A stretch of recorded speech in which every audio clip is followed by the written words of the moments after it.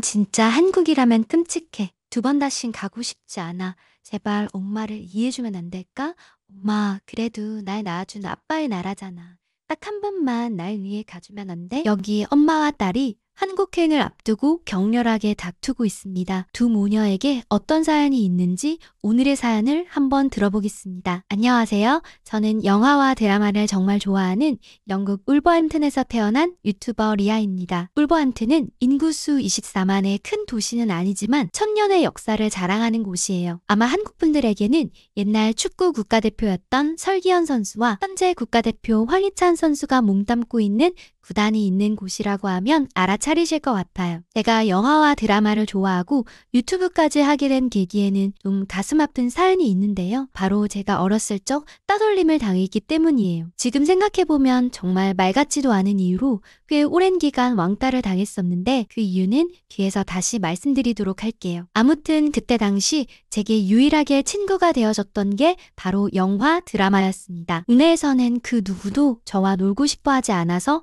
오로지 방에 틀어박혀 운영상이라는 동영상은 다 찾아봤던 것 같아요. 그렇기 때문에 웬만한 컨텐츠는 제가 다 꿰고 있었죠. 특히 좋아하는 영상들은 통째로 대사를 외워버리기도 했어요. 아무튼 그렇게 몇 년을 틀어박혀 영상만 봤기 때문에 늘 새로운 영상이나 더 재밌는 컨텐츠 없나 하고 찾아보다가 심지어 다른 나라의 영상까지 모두 섭렵했습니다. 처음엔 다른 나라 영상은 아예 엄두도 못 냈었는데 서프샤크 VPN이라는 걸 알게 되고 나서는 손쉽게 영상을 볼 수 있었죠. 보통 다른 나라의 영상들 중에서는 해당 국가 외의 장소에서는 볼 수 없도록 조치를 취해둔 경우가 많아요. 그래서 아예 검색조차 안 되거나 영상을 틀어도 볼 수 없게 제한되어 있죠. 그럴 때 이 서프샤크 VPN을 이용하여 거주 국가를 바꿔주면 그 나라의 다양한 영상을 검색할 수도 있고 영상을 시청할 수도 있게 된답니다. 특히 넷플릭스 시리즈의 경우 나라마다 공개일이 다르거나 제한사항이 있어 특정 국가에는 막혀있는 경우도 있는데 저는 서프샤크 VPN을 활용하여 손쉽게 영상을 볼 수 있었어요. 서프샤크 VPN은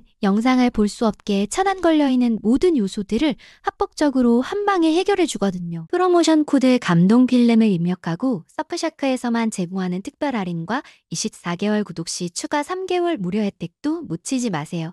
30일 이내에는 환불도 보장되니까 꼭 한번 이용해보세요. 자세한 내용은 설명과 고정 댓글을 확인해주세요. 혹시나 정보 유출을 고민하실 수도 있으실 것 같은데 이 VPN은 인터넷 트래픽 자체를 암호화하기 때문에 매우 안전하고 심지어 공용 와이파이를 사용할 때도 절대 데이터가 유출될 걱정이 없어요. 게다가 한번 구독해두면 노트북, 태블릿, 휴대폰까지 개수 제한 없이 이용할 수 있어서 어디서든 뒹굴뒹굴 누워 원하는 영상을 마음껏 볼 수 있었죠. 그래서 대학 들어가기 전까지는 계속 영상에만 빠져 살았던 것 같아요. 그만큼 광적으로 좋아하다 보니 제 나름의 시선을 담아 유튜브까지 만들게 되었고 고맙게도 많은 분들이 좋아해 주셨어요. 제가 따돌림을 당하면서도 개의치 않을 수 있었던 건 제 영상을 보고 재밌다고 댓글을 달아주시던 분, 오늘 힘들었는데 영상으로 위로를 받았다고 하신 분들을 포함해 늘 좋은 댓글을 달아주시는 바로 제 구독자님들 덕분에 씩씩하게 학창 시절을 보낼 수 있었던 것 같아요. 아무튼 저는 런던에서 대학교를 다니기 위해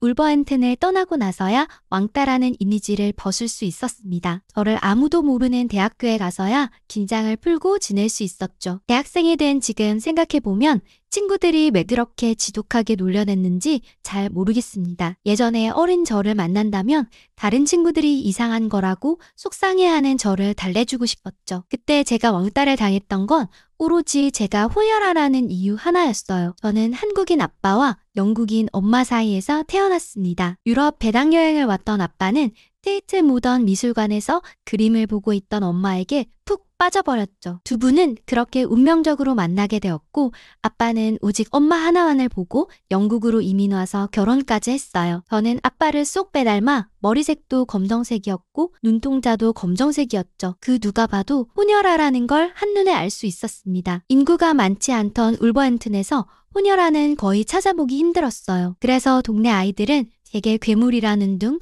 어쨌든 동양인 피가 섞였으니 열등하다는 둥 말이 많았어요. 혼혈이라는 사실도 놀림거리였는데 동양인에 대한 인종차별까지 더해져 아이들의 기피 대상이 되었습니다. 어렸을 땐 엄마 아빠를 원망했던 적도 있었던 것 같아요. 한참 놀림을 받고 울며 집에 걸어올 때 아빠는 저를 번쩍 안아주시며 아이스크림을 사주셨어요. 그러곤 너는 이 세상 어디에도 없는 특별한 아이라고 하시며 언젠가 다른 친구들이 오히려 너를 좋아하며 다가올 때가 있을 거라고 하셨습니다. 아빠의 다정한 말과 아이스크림 하나로 속상했던 제 마음은 사르르 풀렸어요. 그렇지만 그것도 딱 11살까지였습니다. 왜냐면 아빠는 불의의 사고로 제가 11살 때 돌아가셨거든요. 아빠에 대한 기억은 사실 아이스크림을 사주셨던 기억 하나만 생생하고 나머지는 모두 희미한 기억들 뿐이에요. 게다가 아빠 이야기를 엄마와 나눌 수도 없죠. 엄마는 아빠 생각만 하면 슬프고 괴롭다며 대화를 거부하셨기 때문에 아빠와 관련된 얘기만 나와도 얘기하고 싶지 않다며 딱 잘라 말을 끊으셨습니다. 아빠 사고에 대해서 구체적으로는 모르지만 엄마가 딱 한 번 얘기해줬던 적이 있어요. 가족끼리 여름 휴가를 맞아 한국에 놀러 갔는데 그때 계곡에서 놀다가 사고가 났었다고 해요. 한참 놀고 있는데 순식간에 물이 불어나 아비 교환이었다고 했었죠. 그때 아빠는 허겁지겁 엄마와 저를 먼저 구하고 한 명 더 구하려다 그대로 물에 휩쓸려 내려가 버렸고 시신도 찾지 못했다고 했습니다. 제가 아빠의 사고에 대해 아는 건 이게 전부예요. 엄마는 보통 아빠 얘기만 나와도 수도꼭지가 고장난 사람처럼 울어서 저도 아주 어릴 때부터 아빠 얘기는 입 밖으로 꺼내지 않아요. 오직 마음속으로 한 번씩 흐릿한 기억 속에 있는 아빠를 떠올릴 뿐이죠. 그러던 어느 날 저는 대학교 방학을 맞아 집으로 돌아왔어요. 엄마는 동네 아주머니들이랑 테니스를 치러 가셔서 집에 없었죠. 평소처럼 영상을 보려고 태블릿을 잡고 소파에 앉았습니다. 요새 한국 드라마 시리즈물에 대한 리뷰 요청이 물밀듯이 쏟아지거든요. 구독자님들의 요청을 적극 반영해야 하기 때문에 저도 신중히 리뷰할 영상을 골랐어요. 그런데 문제가 하나 발생했습니다. 도대체 한국 시리즈물이 왜 이렇게 재밌는지 정말 정신을 못 차리겠더라고요. 작품 선정하기가 정말 힘들었어요. 영상 제작과 리뷰에 시간이 걸리기 때문에 전부 다 볼 수는 없었거든요. 다 재미있어서 하는 수 없이 고르고 골라 최근에 나온 눈물의 여왕 시리즈와 예전에 한창 인기 있었던 미스터 선샤인을 리뷰하기로 했습니다. 미스터 선샤인의 배우 이병헌 씨가 연기를 참 맛깔나게 잘하더라고요. 오징어 게임에도 나왔던데 역할마다 정말 그 사람이 된 것처럼 연기하는 게 신기했어요. 아무튼 두 개를 번갈아 보는 탓에 요새 정말 바쁘거든요. 이제 막 누워 시청하려는데 하도 많이 봤는지 제 태블릿 배터리가 5%밖에 남지 않아 깜빡깜빡거리며 전원이 거의 꺼지려고 했습니다. 그래서 저는 어쩔 수 없이 제 기기를 충전시켜두고 엄마 태블릿으로 봐야겠다 생각했죠. 그런데 엄마의 태블릿 화면을 켜자마자 바로 메일함이 보였는데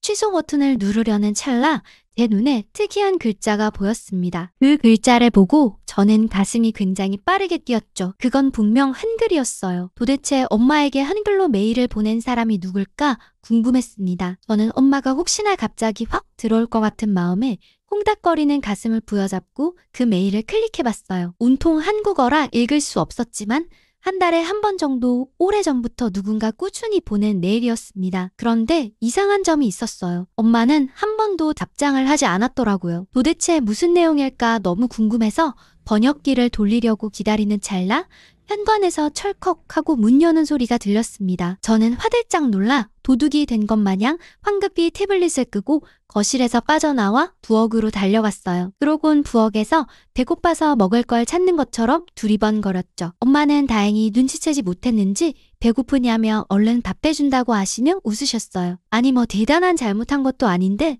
왜 이렇게 심장이 떨렸나 모르겠어요. 이건 다 한국과 관련된 얘기만 나오면 치를 떨고 싫어하는 엄마 때문이었죠. 저는 그냥 모른 척 넘어갈까 했지만 도저히 그 메일의 내용이 궁금해 한시도 참을 수 없었습니다. 그리고 엄마가 부엌에서 요리하시는 틈을 타 다시 번역기를 돌렸어요. 그 메일을 읽어보고 저는 충격에 휩싸였습니다. 번역기라 좀 엉성한 문장이 많았지만 메일을 보낸 사람은 아빠의 여동생인 것 같았어요. 아빠에게 여동생이 있다는 것도 저는 처음 알게 되었죠. 그분은 저희 둘의 안부를 궁금해하시며 잘 지내고 있냐고 물었고 언제라도 마음이 내키면 답장을 꼭 달라고 하시기도 했죠. 그리고 조카를 한번 꼭 보고 싶다고 혹시 사진이라도 한번 보내줄 수 있냐고 물어보기도 하셨어요. 너무 애틋하고 다정하게 저와 엄마를 걱정하고 있는 메일이었습니다. 엄마는 왜 답장을 보내지 않는 건지, 왜 제게 고모가 있다는 사실조차 알리지 않은 건지 궁금했어요. 한참 이 메일에 대한 생각으로 머리가 복잡한데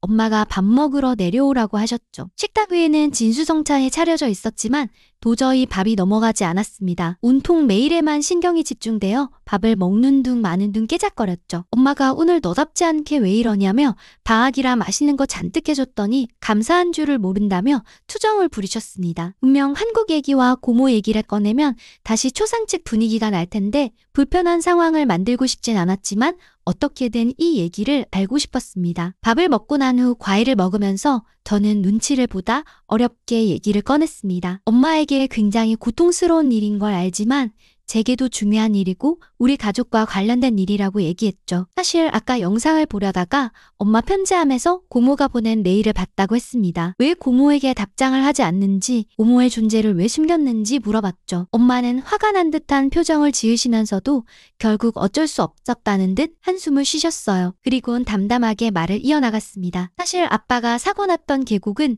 고모 가족들과 우리 가족이 한국에서 함께 놀러 갔던 곳이라고 했어요. 그땐 사이가 무척 좋아 영국에서 1년에 한 번씩은 꼭 한국에 놀러 가서 고모 집에서 방학을 보냈다고 했죠. 그런데 사고가 있던 그해 여름 고모가 정말 좋은 계곡이라며 추천한 곳에서 아빠를 잃게 된 거였죠. 아빠는 위기 상황에 엄마와 저를 먼저 구했지만 바로 나올 수 없었어요. 왜냐하면 아빠가 구해야 할 한 사람, 고모가 있었기 때문이죠. 아빠가 누군가를 구하려다 못 나왔다고 말했었는데 바로 그 사람이 고모였다고 얘기했습니다. 그리고 아빠는 고모를 구하고 나서 물살에 휩쓸려 빠져나오지 못하고 돌아가셨다고 말이죠. 엄마는 참기 힘들다는 듯 눈물을 쏟으셨고 제 눈에도 그렁그렁 눈물이 맺혔어요. 워낙 어렸을 적 일이라 무서워하는 저를 괜찮다며 차분히 달래주고는 아빠 금방 갔다 올게 하던 아빠의 마지막 얼굴만 기억이 났거든요. 엄마도 그 일이 일어난 게 고모 탓이 아니라는 걸 머릿속으로는 정말 잘 알고 있고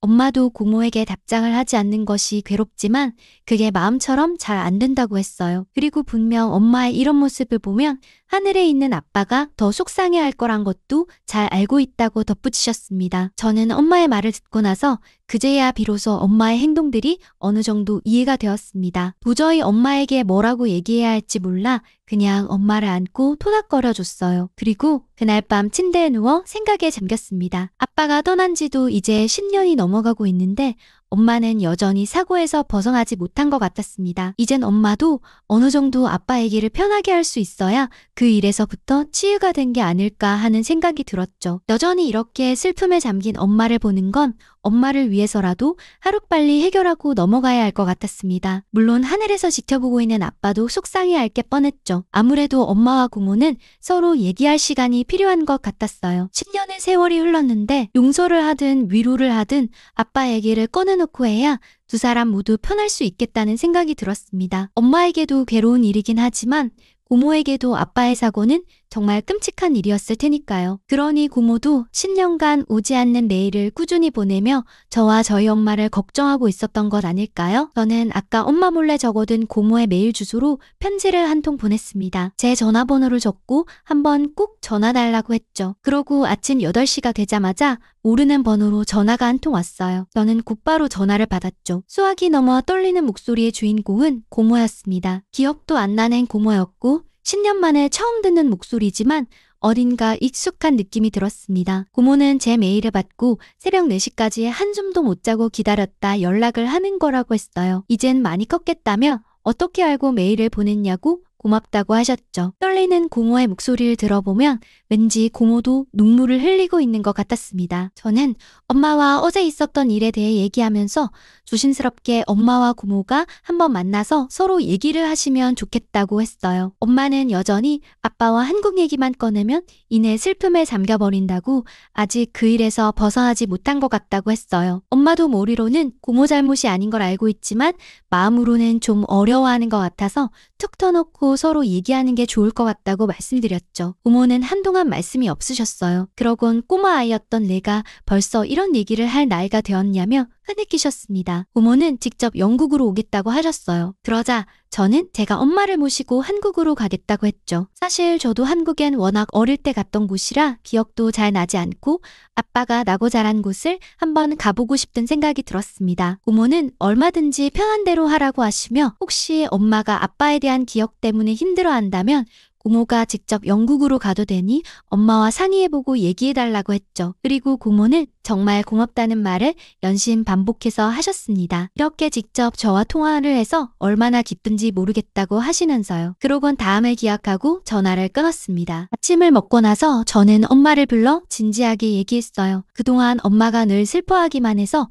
솔직히 나도 제대로 슬퍼하지 못한 것 같다고요. 나에게도 아빠는 정말 소중한 사람이라 나도 한번 한국에 가서 아빠 엄마가 매년 갔다 온 장소에도 가보고 아빠가 좋아하던 음식도 먹어보고 싶다고 말했습니다. 우리 함께 아빠를 추억하고 즐거운 기억을 떠올리면 더 이상 아빠를 생각했을 때 슬프지 않을 거라고 얘기했죠. 엄마는 그동안 엄마의 슬픔에 빠져 저를 제대로 잘 돌보지 못했던 것 같다고 미안하다고 하셨어요. 그리곤 알겠다고 한번 가보자고 하셨죠. 저는 한국 여행을 준비하면서 굉장히 들떴어요. 어떤 나라일까 정말 기대됐죠. 저희 집에서 버밍엄 공항까지 1시간, 공항에서 한국까지 14시간이 걸렸어요. 저는 미스터 선샤인을 잔뜩 다운받아 두고 기내에서 내내 드라마를 봤어요. 엄마도 심심했는지 같이 보자고 하시며 미스터 선샤인의 내용에 푹 빠졌죠. 한국에 이런 역사가 있냐고 하시면서 의병들이 정말 대단하다고 하셨습니다. 그렇게 긴 여행을 마치고 녹초가 되어 인천공항에 도착했어요. 공항에는 세계 각지에서 온 여행객들로 북적였습니다. 구 신사장은 그야말로 물밀듯이 많은 인원으로 들어차 있었습니다. 여기서 또 한참 기다려야겠다 생각하는데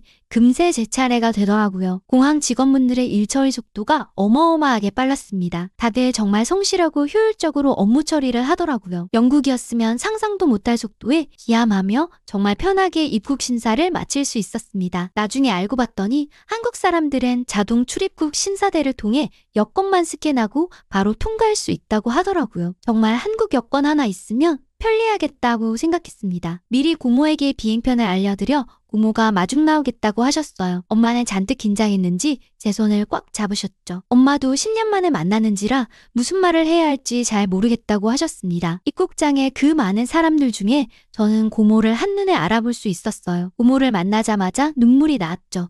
아빠와 정말 많이 닮아 있었습니다. 고모는 저희 모녀를 찾고서는 눈물을 흘리며 달려오셨어요. 엄마와 고모는 두 분이서 꼭 끌어안으셨습니다. 엄마는 정작 10년간을 고모에게 연락 한 번 하지 않을 정도로 냉랭하게 대하셨지만 막상 고모 얼굴을 보니 아빠 생각도 나고 뭐라 말할 수 없는 슬픔과 미안함이 몰려왔다고 했어요. 역시 한국에 오길 참 잘했다고 생각했습니다. 두 분은 한동안 서로 껴안고 눈물을 흘리셨죠. 엄마는 그동안 정말 많이 미워했다고 미안하다고 말했습니다. 지금 생각해보면 왜 그렇게 바보같이 굴었나 모르겠다며 오히려 고모가 더 속상했을 텐데 고모도 마음고생 많았다고 얘기했어요. 그러자 고모도 북받치는 감정에 눈물을 뚝뚝 흘리며 고개를 마구 저었어요. 새언니 마음이 어디 온전했겠냐며 다 자기 탓이라고 하면서 홀로 이렇게 예쁜 조카를 키우느라 정말 애썼다고 얘기했습니다. 저도 고모를 끌어안고 눈물을 흘릴 수밖에 없었죠. 10년을 모르고 살았지만 피를 나는 가족이라는 건 정말 이렇게 단박에 알아차릴 수밖에 없구나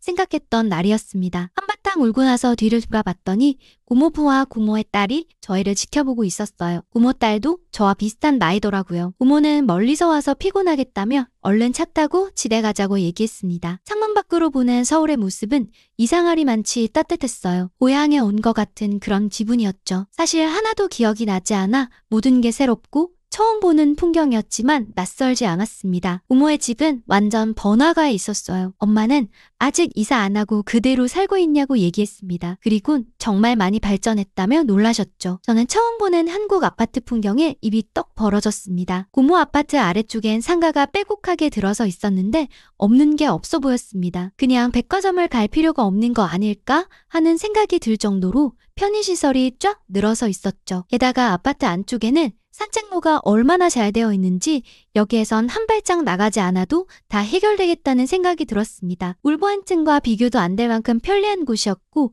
영국의 수도인 런던과 비교해봐도 전혀 뒤처지지 않을 곳이었죠. 아니 오히려 런던보다 훨씬 더 좋은 곳인 것 같았습니다. 아빠가 태어난 한국이 이렇게 멋진 곳이라니 가슴이 벅차올랐습니다. 부모는 저녁은 집밥을 준비했다고 하시며 아빠와 엄마가 좋아했던 것들로 만들었다고 하셨어요. 그리고 제가 어릴 적에 김 넣은 계란말이를 그렇게 좋아해서 그것도 만들었는데 아직도 좋아할지 모르겠다며 걱정된다고 하셨습니다. 저는 식탁을 보고 깜짝 놀랐습니다. 온갖 반찬이 늘어져 있었고 마치 뷔페에 온 것 같았죠. 아빠가 좋아하는 음식은 순두부찌개와 파전이라는 음식이었어요. 저는 순두부라는 음식을 보고 깜짝 놀랐습니다. 영국 두부는 수분이 없고 좀 퍽퍽한 느낌인데 이렇게 몽글몽글한 두부는 처음이거든요. 부드러운 식감에 호로록 넘어가는 순두부가 정말 맛있었어요. 근데 저는 파전은 먹고 싶지 않았어요. 저는 파를 별로 안 좋아하는데 파전에는 파가 잔뜩 들어가 있었죠. 그런데 고모가 정성스럽게 해주신 음식이기도 하고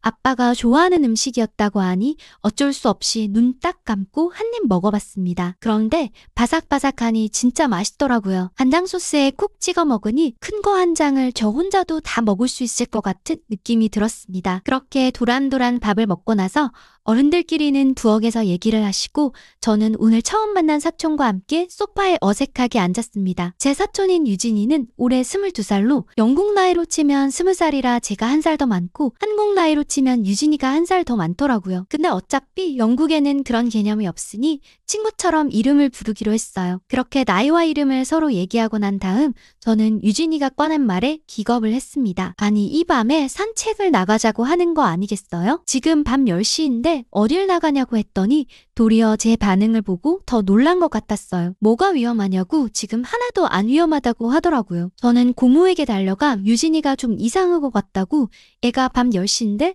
지금 저보고 산책 가자고 했다고 얘기했어요. 고모와 고모부, 엄마는 서로 바라보며 깔깔 웃으셨습니다. 엄마는 여긴 한국이라 괜찮다고 하셨죠. 저 빼고 다들 이상한 것 같았습니다. 저는 유진이의 손을 꼭 붙들고 조금이라도 위험하면 바로 돌아올 거니까 그렇게 알라고 하곤 밖으로 나왔습니다. 그런데 저는 한국의 밤풍경을 보고 입이 떡 벌어졌어요. 그야말로 평화로움 그 자체였습니다. 반짝이는 거리의 가로등과 네온 사인 불빛 아래 사람들은 각자 저마다의 시간을 즐기고 있었어요. 이런 저녁 시간이 가능하다니 놀라웠죠. 게다가 문을 연 가게들은 어찌나 많은지 영국과 비교되었습니다. 보통 영국에선 이 시간엔 펍만 영업을 하는 데다가 그런 가게들도 대부분 밤 10시에 닫거나 아주 간혹 11시에 닫는 가게들이 있거든요. 저는 너무 신기해서 유튜브 라이브를 켜서 영국 사람들에게 이 풍경을 보여주고 싶었습니다. 실시간 라이브를 켜서 얼굴을 비추고 지금 밤에 나와 있다고 하니